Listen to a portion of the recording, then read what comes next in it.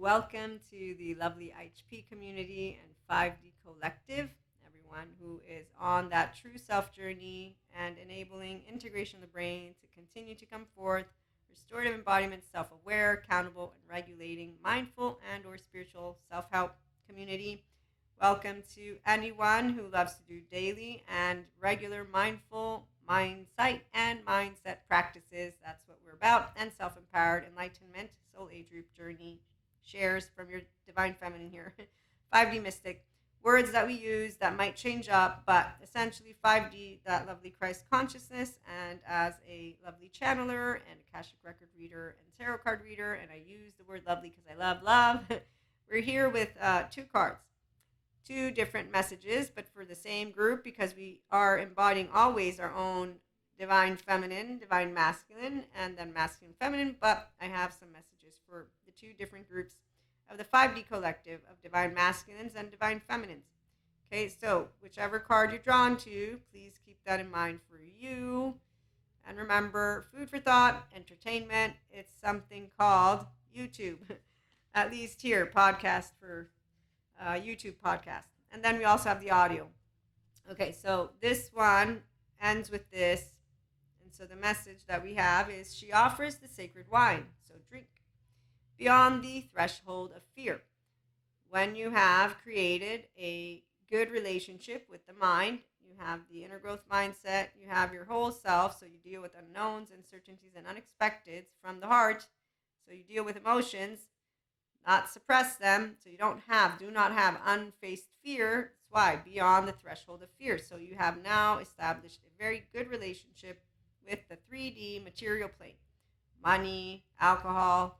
Hopefully none of you do drugs, but some people, they get to do that in moderation. I don't agree with it just because it's really bad for you. But then again, I drink wine and I smoke cigars. So who am I to speak? But, again, I am a person who believes that it's not good to have holes in your head. So I've heard of what cocaine and those drugs do. And I mean, the marijuana, that one is like smoking a cigar. So I think that one is not, I don't know. Anyways, I don't know enough about that, but I'm in favor of health and moderation. So like I was saying though, you have a relationship with those substances because it's unfortunate business, but the substance abuse is part of that shame cycle.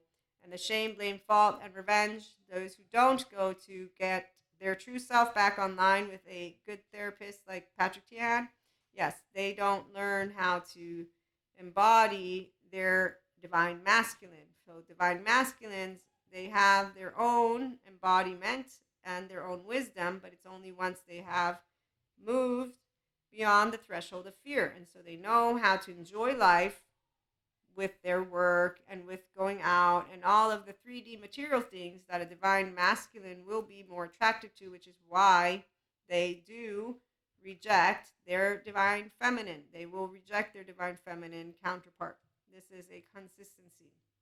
And even if they want their divine feminine, then I have 3 twin flames. So let's just say it this way. Even when they do, they're not willing to do the let me allow myself to become my core self, my narrative self, my relational self, and my solo self. So to become a embodiment of the securely attached 1-year-old, 3-year-old. So becoming the grown, flexible, adaptive, coherent, energized, stable brain that they can be.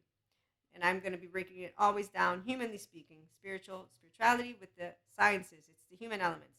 So humanly speaking, I've seen divine masculines will continue to be facades like the friend of mine that I talked to you about. For them, they're living that reality, which is why the divine masculines that don't embody the true essence of the divine masculine is what I was giving you once they've moved beyond the unfaced fear of shame, blame, fault, revenge from their mind because they think. So now they feel deeply. So unlike the Zen master, he's not an embodiment whole completely yet because he feels still that emotions are laundry.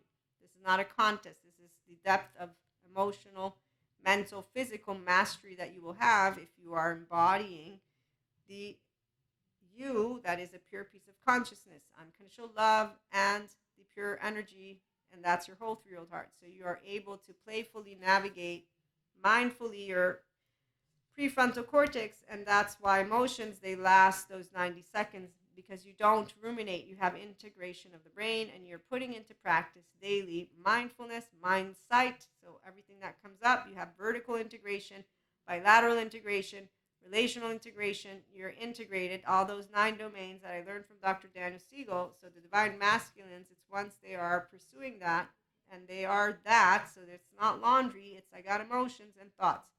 I don't do human suffering love. I do human love.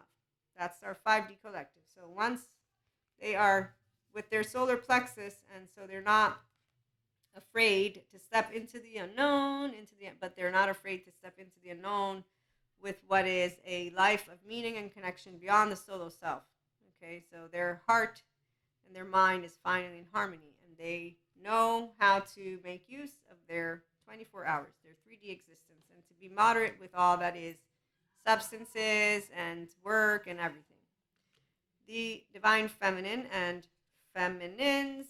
Okay, so here's where these are what we get, and they expand also emotions, pain, vulnerability, okay, through transmuting it, but they do it through the heart. And so it's not thought, it's emotion, and the thought helps them to work with the emotion. So you get to still do expansion if you don't distort the message, if instead your ego distorts it, and then you become the victim or the martyr superior. There's our squirrel from Cusco land, and we've got a divine feminine that is not embodying the divine feminine. Okay, so divine, not divine. Embodiment of masculine, embodiment of feminine has a very specific imprint once it's pure, and so the masculine, again, will know how to moderate the world outside. They still use their eye. The eyes are the first step. They will notice the feelings following, but because they're in harmony, they will now trust their own divine feminine, and that's because they're an independent, conscious lover. So it's a securely attached, safe haven, secure base human being. Okay, so they know restorative embodiment, self-aware, accountable, regulating. I'm going to keep bringing us back there so that you can understand. Doesn't matter which side of the coin you're coming from. The outcome for you to be yourself is that you know how to be flawed with integrity. And if you think first and you notice the feelings after, it's fine. If you feel first and notice what you're thinking, then you get to translate those words, look a minute, and then rework them, if you will. And then, so the divine feminine, she has the passion for purpose and this lovely celestial rose of Ma, and our connection is to that lovely Akash, God, source, spirit. Okay, so the purpose, her purpose is what's important. So for masculine, it's learning how to enjoy life, not become too much of the substance abuse and fucking and all that material stuff, not too much of the work in a way of getting distracted. Okay, so it's all about moving into a whole self, getting into secure, attached. I learned to self-soothe, and that's because I learned to tap into my inner nurturer, my divine feminine, and I learned to self-regulate with healthy habits, and I learned how to enjoy all of that, which is life, including heart-to-heart connections, and not just one person, but with more, because one person, really, you have one friend, some do. They don't embody the wholeness of the masculine that they could. In fact, I know of them. The feminine, when they're not embodying themselves wholly, they will also have the same route. So you'll see that if a person's not embodying the expanded consciousness version of themselves, they're going to be in a smaller group because they don't trust any of people, only their herd, and they don't want to expand it because they didn't face the fears. Okay, so divine feminine, the difference is they think they know everything because they're typically going to be connected to source. So the purpose of what they're doing, then they think they're saving people, and they have mantles, Elsa's journey. Okay, so that's the distorted. If they're embodying the embodiment of a feminine, we have one thing and one thing alone. We get to work with the heart and love more, as you will have heard. So we are not taken for granted in a way of, I'm turning off my heart, I was broken, nobody wants me, I'm unlovable. No, we learn how to know I'm lovable unconditionally. I have flaws for some people, but it's okay. I still will speak my truth with integrity. I'm going to keep being myself. And that's how you don't lose yourself, which is why you don't feel changed. So my purpose never changed. My passion for purpose, I want to help people. That's what my 8-year-old self said. And then I went through that journey. And once I figured out, it wasn't a figured out. I walked and walked and walked. And then when I asked questions, I knew how to listen. So at one point, I wasn't getting this one job I thought would be the job. And I posed myself a visual and I asked myself a question. And it was, do you think you'll be helping people the way you said when you were 8 years of age? That's what you wanted to do when you grew up. Nope. Okay, so that's not the job for you. That's why people say that divine feminines are stupid, because we feel first. Those are all the divine masculines. Then the divine feminines who are not embodying their divine femininity, they will say humans suck, there's evil, there's suffering, there's all this suffering. Okay, you know what? I'm going out somewhere else, but not here. Okay, so when you meet distortion, you'll know it. And when you meet embodiment instead, you'll know it, because divine masculines and divine feminines, we're going to have a good time in the 5D plane, which is what I'm going to finish reading to you. So it is when the two come together and harmonize as one that they become conscious of one another. And that is when they can work as a team to create a life of meaning and connection from the mind and heart in a way that goes beyond the solo self and is all inclusive. So divine feminines and masculines, we have fun. Oh my gosh, like the buttloads of fun when you have a good divine masculine. It's amazing, because they're not going to get upset when there's misunderstandings. They're not going to think of emotions as laundry and hard. No, they have fun. They have fun co-creating with playfulness, because they are free to be their self. They love taking the lead, and then they love to not watch and wait. We love to just, have fun taking the lead and being generous and continuing to be generous. So it's always fun and games, because nobody is reclaiming their power. We are our power. And in a way that is, again, fun and transcending the illusion of separation. So we don't be like, we're competing. No, we don't compete. We support. Love lifts you up higher and higher and higher. And that is why embodiment of divine feminine and divine masculine will say, hey, we're doing pretty good as a species. I know you all think we're not, but that's not true. Where's Albert? Hey, Albert Einstein, what did you say?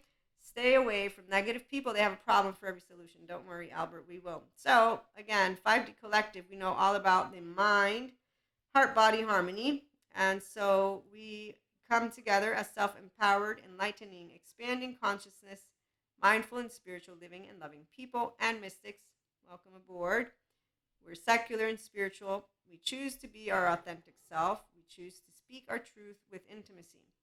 We choose vulnerability with self and other or others. We have our monoamory and monogamous, but we also have our polyamory. Not all are polygamous, but we have polyamory, polygamy, solo polyamory right here. And then there's like a bunch of other triangles, which I don't remember all of that. But FYI, if you have questions, Polysecure is a really good book, and it also gives you good information on attachment styles and how to move into your own secure attachment. So anyone who's a whole self, and that's who I'm talking to, as those are the people who can use self-help. But if you're a self who has a good therapist and you also want to add self-help and you're doing mindful, great, good. With your therapist, then that book, you will be able to put it into practice. Why am I being so specific? Because people who read things but they don't know if they're securely attached, they don't make use of anything they read. They distort it. Because they're a teenager, I've seen them in my classes. That's why I'm letting you all know. In my classes, they distort information. And I'm going to leave it alone and for another episode. So make sure that you are unconditionally loving 8 billion and growing human beings and infinity and beyond, and that you have the human love narrative here. And if there's instead human suffering love, then you might want, again, check out the therapist, and a good one that talks to you about getting to secure attachment so that you can get out of the laundry business, because that's when you're going to love to do more emotion. Okay, and it's very serious, by the way. Mental health and mental hygiene and knowing where you are at with your emotional body is very important, because a person who has been brought to be not securely attached doesn't have that pain body online yet. That's why the therapist is the first stop. And it's very important, because you want to gauge your window of tolerance and understand how you work. Because if you don't know how you work, which you might not, those triggers, so anyways, it's something that I'm pretty sure we're all more and more aware of. the ones who speak and then the ones who go and proactively take themselves home and get to the authentic self. We choose to be our authentic self, to speak our truth, again, with intimacy, and to be vulnerable with self and others. We choose to have open minds and hearts, otherwise, you won't move into integration or higher emotional, mental, and physical intelligence. We choose authenticity and flaws with integrity. And so we welcome exploring the depths of our mental, emotional, and physical body, both alone as well as with others. And in our enriching relationships, this is a fun. We tango as lovers, and we dance a dance of the stars with others. So those others are our other oversoul, because not all of our oversoul are lovers. And when differences arise between two opposing yet expanding magnetic forces, we merge, bringing forth the experience of love in life, in form, and expanding consciousness infinitely. And on that note, let me just continue with, it is the pure essence of mind and heart. Two become one. Infinitely and beyond, they expand consciousness and love in life. And this is the power of divine masculine and feminine. So when a divine masculine becomes his own divine feminine, so a secure self person, divine feminine and masculine in their full embodiment and coming together. So when I got to continue to be fully embodying me, I kept feeling more and more like Maria. And once I was back into my skin, I was like, I'm back home. I'm back to me again. Yay. That was a channeled message that came in my mind as I was feeling it. I'm like, I'm pretty sure I'm in the Enlightenment Soul Age group. How do I know, Sadhguru? And I got an answer. You'll just know. And I was like, well, I do know. And also you'll know when your rainbow body is happening. That's a fun one. So masculines, I don't know their journey. What I can tell you is they become their true self. So they're empowered to be like, yeah, I'm finally me. I'm having a good time. I'm not perfect, but I'm still having a good time. So it's a lot less deep if you ask a feminine, because, masculines, they're mind. Then there's heart. We're heart, and then there's mind. So we sound like buffoons, quote unquote. They sound like different type of buffoons, and that's why we have fun.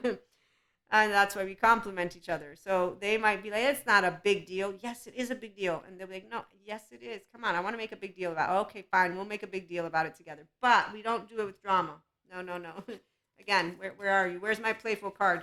No drama. No, none of that. No humbug. Let me find it. Yes, this is the energy. I want you to hone that one in, because there's no humbug here. We don't want more Zen masters. We already got one of them. So with that being said, when the two become one and they are infinitely and beyond expanding consciousness and love life, well, they dance until the lights go out. And then they wait for the lights to come back on, and they begin their dance once again. And again, we think and feel, and again, we love and live, and again, we expand consciousness and evolve.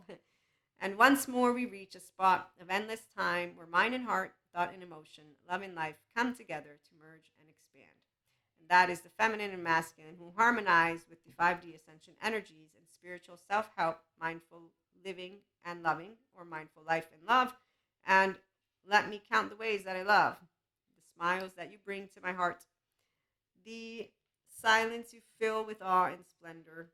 The essence of life and love that you are. The magic that the mere expression of you holds. The infinite you being you. Let me count the ways that I love thee in a secure attachment, functional adult way. And this is where I also have a little bit more of this poem, but I think that I might read it to you in another episode so that you can sit and watch this one. And so with that being said, those of us who count the ways that we love people, it's always going to be in a secure attachment, functional adult way, because we create a fusion together. And that is the love and life in form that is completely conscious of being, and that is awakened in every breath, thought, and action that we take, both together and apart. And that's why divine masculines and feminines don't ever feel separated, because we are consistently, well, the divine feminine is the one who perceives their masculine. But the divine masculines, they will perceive us through thought. That's how. So we will come to their mind. And in knowing that together we bring to life that which is deemed impossible to be experienced by a mortal being, is the way that the feminine will feel, because our relationship is to the sphere of the stars. For the masculine, the experience of love and life in its utmost, unlimited, and infinite expression and potential will be felt, as always, by touch, because the masculine needs to tangibly live it. The feminine can always live it because we will tangibly feel it, which is why feminine won't be upset when a masculine turns their back and decides to not return. Why? Because they won't ever be separate from us, and they won't ever be able to break us, because you're not breakable when you have that passion for purpose and for Christ consciousness. Our lovely 5D mystics, they will know about never having been cut off of that which is grace, even though I don't prefer using those words, but the grace that I'm talking about is that faith that I learned about when I was a kid in catechism.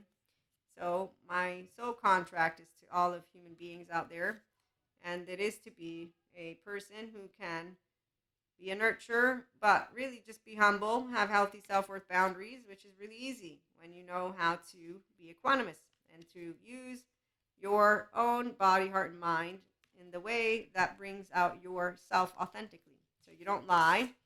You also don't cast stones. That's why you know how to be flawed with integrity. And that's why not everyone will like you. But that won't ever change. Imagine someone being more suspicious of a kind person because of not ever having, it's not kind though. It's their 1-year-old that doesn't know of secure attachment. And really it's the person who doesn't believe in love and they don't believe in humanity. So when people do believe in love and humanity, welcome aboard 5D Collective.